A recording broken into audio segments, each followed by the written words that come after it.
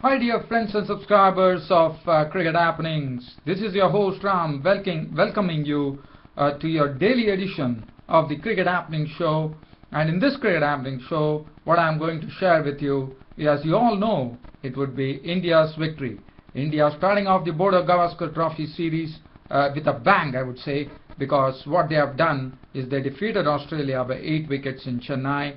It was just a mere formality, but yes, it had to be completed. Well, it was done. I'll talk about that as far as India's victory were concerned and how things really panned out on the final day, because it only took less than 2 hours before lunch the play was all over.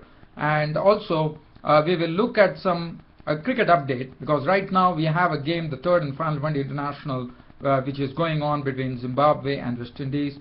And well, it's only a formality.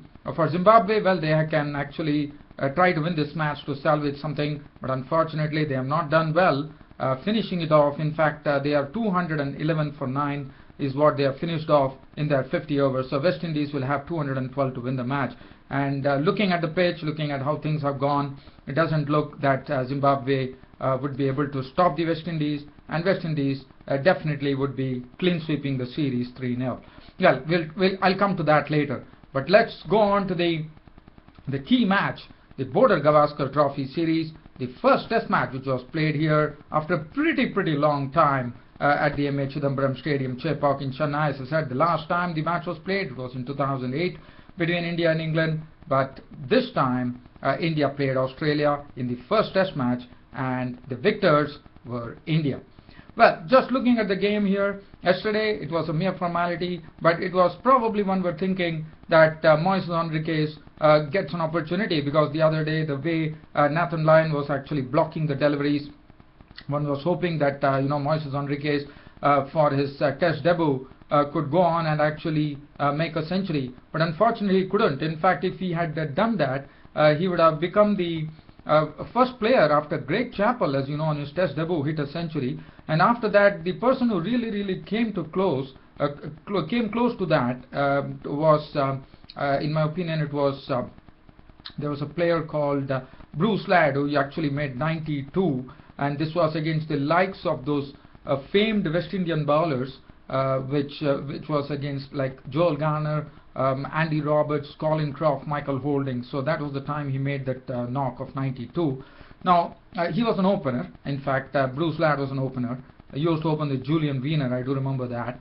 So Moises Henriques they were very watchful. The spinners definitely started, as Dhoni normally does. He started off with the spinners, and they were posing quite a few problems. It was not easy to bat on this pitch. And then Moises Henriques, well, he was playing with a very calm head. As far as Nathan Lyon was concerned, well, he was blocking well, but finally Jadeja managed to actually get Nathan Lyon's wicket, and Lyon was dismissed for 11. Thus, India was just given a very measly target of 50 to actually win the match.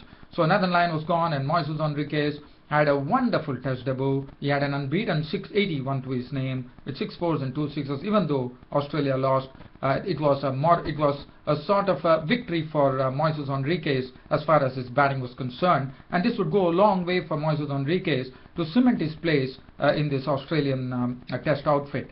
Well, so as far as the bowling figures are concerned, Ashwin, well, he had 32 overs, 6 maidens, 95 runs and 5 wickets, returning 11 wickets in the match. Harbhajan Singh, 27 overs, 6 maidens, 55 runs and 2 wickets. Ravindra Jadeja bowled excellently, 31 overs, 8 maidens, 72 runs and 3 wickets. And Ishan Sharma, the pace bowler, the only solitary pace bowler used, 3 overs, 1 maiden, none for 2. Bhuvaneshwar Kumar was never used in the second innings. As far as India were concerned, they started off with Murli Vijay and Virendra Sehwag, and James Pattinson was given the new cherry by the Australian captain Michael Clarke. And as I said, 50 runs was a mere formality, and James Pattinson was in fact it was Nathan Lyon who was given the second over, and Murli Vijay played one handsome stroke, just came down the pitch and lofted this Nathan Lyon, the right arm off spinner, clean as a whistle. into the stands for a 6. That was a beautiful shot. As you know, Murali Vijay really uses his feet very well. And one thing I would like to tell you, the first delivery that Pattinson bowled was all fire and brimstone. The ball really took off from the length, and Murali Vijay had to really go for cover. It was a wonderful delivery from Pattinson first up. And Murali Vijay and Virendra Sehwag then added 16. Virendra Sehwag, well, he played some crashing strokes. I mean, I wouldn't say he was very aggressive, but definitely he hit Pattinson for a 4. In fact, he was very lucky. In fact, Sehwag, it was pretty interesting to see that Michael Clarke had a very attacking field, and Virendra Sehwag, you know, his favorite area is the third man. He can hit 4s and 6s with customary regularity over third man, and that particular portion of the ground was unguarded yesterday, and Virendra Sehwag got the ball through the third slip. It went into the third man region for a 4, and there was one more shot which he swished at it, and the ball once again went through the third slip area for a boundary. But the first wicket to go was Murali Vijay, as James Pattinson had him caught, as Murali Vijay played a shot where probably he tried to reach the ball, and he was a bit slow onto that. In sense, the ball probably had stopped, and he actually spooned a catch to Enriquez at mid-off, and he was gone off the bowling. It was a good catch taken by Enriquez because it was going over his head, but with his height it was pretty easy for Enriquez, as Murali Vijay was the first wicket to go. Caught Enriquez, bowled Pattinson for 6 with one 6. That's the only solitary 6 he hit, and India was 16 for 1. So Sehwag was joined by Cheteshwar Pujara. Well, Cheteshwar Pujara didn't look very confident. He was finding it very difficult against Nathan Lyon. Nathan Lyon was getting the ball to spade. The ball was turning a great deal, and Cheteshwar Pujara was definitely put in all sorts of trouble by Nathan Lyon.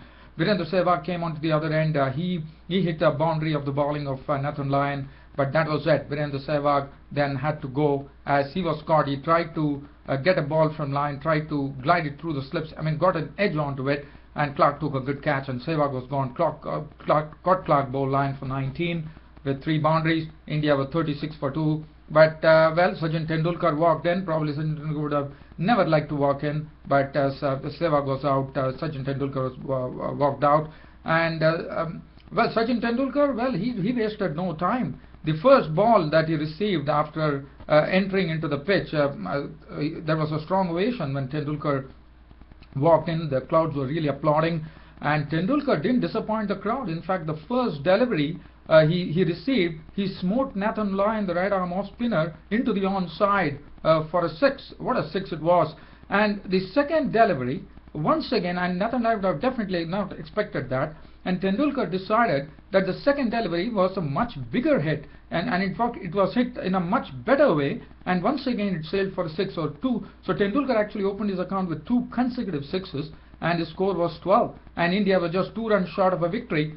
And then finally, well, the victory honours went to Cheteshwar Pujara, as Cheteshwar Pujara got a single, and that was it. India had finished off the match, and India had taken the match by 8 wickets. So India get a 1-0 lead in the four test series going into the second test in Hyderabad.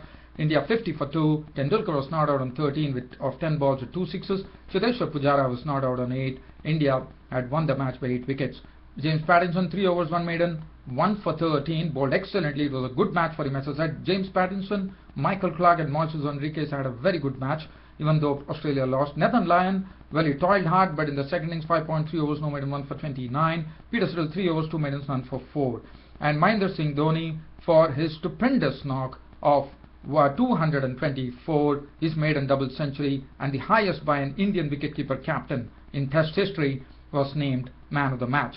Now, just looking at this match, what one would really talk about is that either side, whether Australia made a mistake in not including Xavier Doherty, whether India made a mistake in not including Pragyan Ojha. Now, the Pragyan Ojha's question was answered by Mahendra Singh Dhoni in the post-match press conference, where he definitely said that Ravindra Jadeja was included because of his batting skills. And you know, and Ravindra Jadeja is not disappointed. He has taken 3 wickets, so he has definitely proved himself.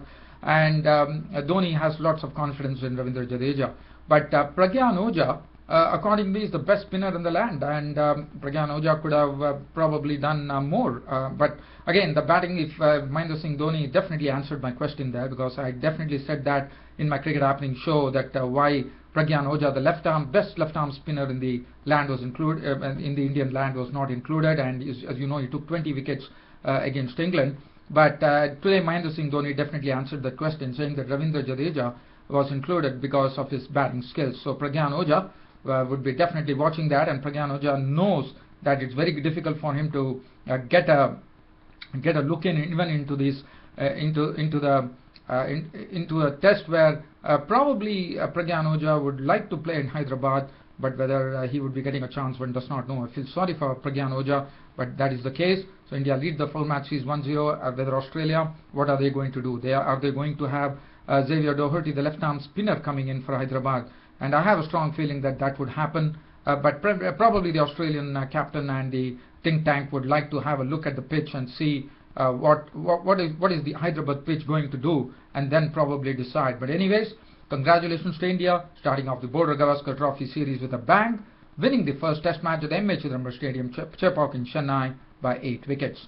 Well, now I'm going to give you an update here. I'm taking you to the game between Zimbabwe. We are into the innings break right now, and Zimbabwe were the ones who won the toss and elected to bat, and they made 211 for 9 of 50 overs. Well, what Zimbabwe did today, they made a few changes. They didn't have the opener. I mean, they had Tino Mowoyo coming into the team as an opener. They had another leg spinner. As you know, Mushangwe has done pretty well against West Indies as far as his leg spin bowling is concerned. And today we had another right-arm leg spinner from Zimbabwe actually making his one-day international debut. Its name was TC Mutombodzi, and he was the one. So it will be good to see how he bowls against the West Indians, because probably Zimbabwe have a feeling that, you know, since Mushangwe has been really keeping the West Indies batting order tight, very top batting order in check, probably it would be wise to actually give Mutombodzi a chance and see how he does against the West Indies. So probably they have gone in with 2 leg spinners into the team. Chris Pofu is back, so that's the team composition. And Zimbabwe, as I said, they finished off with they won the toss and actually elected to bat, and they finished off with 211 for 9 of their 50 overs. Tino Mowoyo, well, he didn't. In fact, the first wicket to go was Tino Mowoyo. He struggled. He couldn't really get the ball off the square. He was out for 9 as Sunil Narine was brought into the attack after Kemar Roche and Tino Best had done their duties. Tino Best was looking very superb with his bowling, because he was using the short ball very well. He was really giving a harrowing time for the openers Tino Mowoyo and Vusi Subhanda.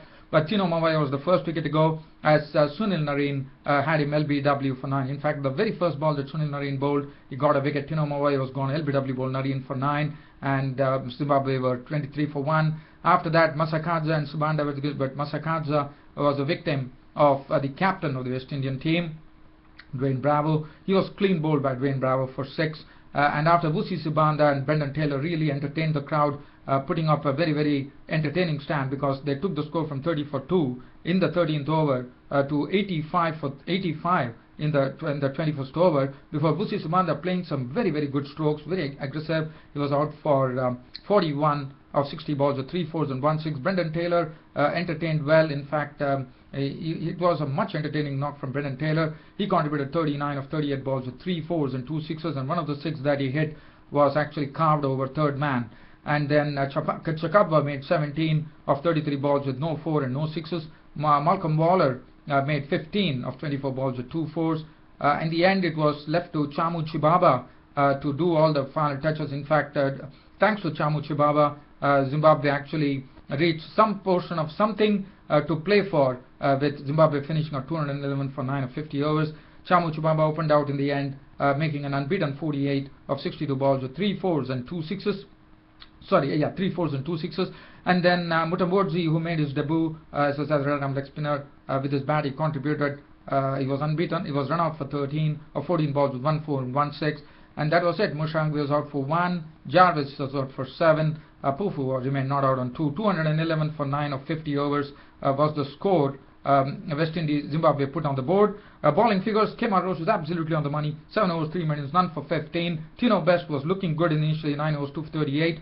Dwayne Bravo, 10 overs, 1 minute, 2 for 58, bowled well. Narine, 10 overs, 1 minute, 1 for 41, looked good. Visami Permal got an opportunity. The left-arm spinner, 10 overs, no minute, 3 for 40, was the most successful bowler. And 4 overs, 1 minute, none for 15 for Narsingh Ryan. Well, that wraps up my cricket happening show for today. We'll have to see, as I said, West Indies probably are going to make a clean sweep of the series unless the Zimbabwean bowlers can actually stop this very talented and very powerful West Indies batting order from making runs. Well, that's it from me, your host Ram, for the cricket show for today. See you all tomorrow. Until then, it's goodbye. Thank you.